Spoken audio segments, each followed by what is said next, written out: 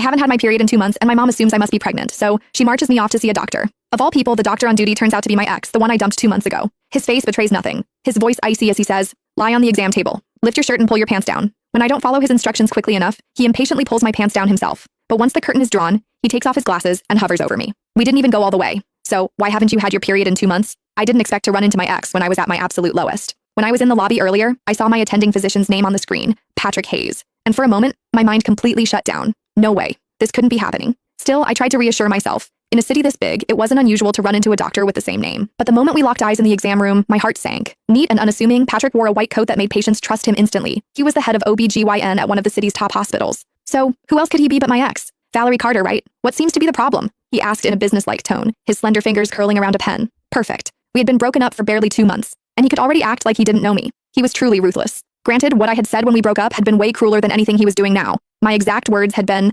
"Patrick Hayes, after today, the only way I'd even consider seeing you again is if you were lying in a hospital bed, begging me to." Now, they had come back to haunt me. We were really meeting again in a hospital, but this time I was at his mercy. He was the doctor, and I was just a patient waiting for my fate to be decided. Forget about gracing him with a visit. His schedule was completely booked, and I couldn't even snag a single slot myself. Ultimately, my mom had to fork out double the usual price and go through all kinds of trouble just to get an appointment from a scalper. Just moments ago, I overheard a group of young women leaving the clinic whispering excitedly about how handsome the doctor was. According to them, the social media hype wasn't an exaggeration. They didn't even need a prescription. Just seeing him in person was enough. He was devastatingly handsome, the kind of face that made them feel like they could live decades longer just to admire it. At the time, I was curious to see for myself. Was everyone named Patrick Hayes that good looking? Now that I had seen him, devastating was the right word. But I wasn't referring to his looks. I meant myself. I was usually sharp-tongued. However, the moment I stepped into the exam room, it was like my voice had been stolen. I couldn't say a word. My mom, of course, didn't notice a thing. She had no idea about the tension simmering between Patrick and me. Instead, she started rattling off my symptoms at full volume. "Dr. Hayes, she hasn't had her period in 2 months. Either she's pregnant or something's seriously wrong. You have to check her thoroughly,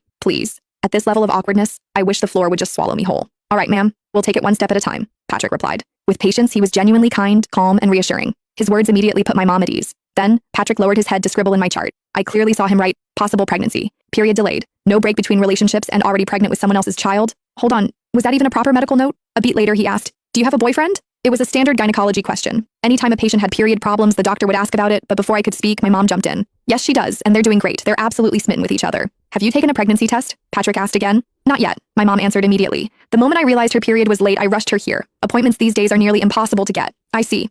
At first glance,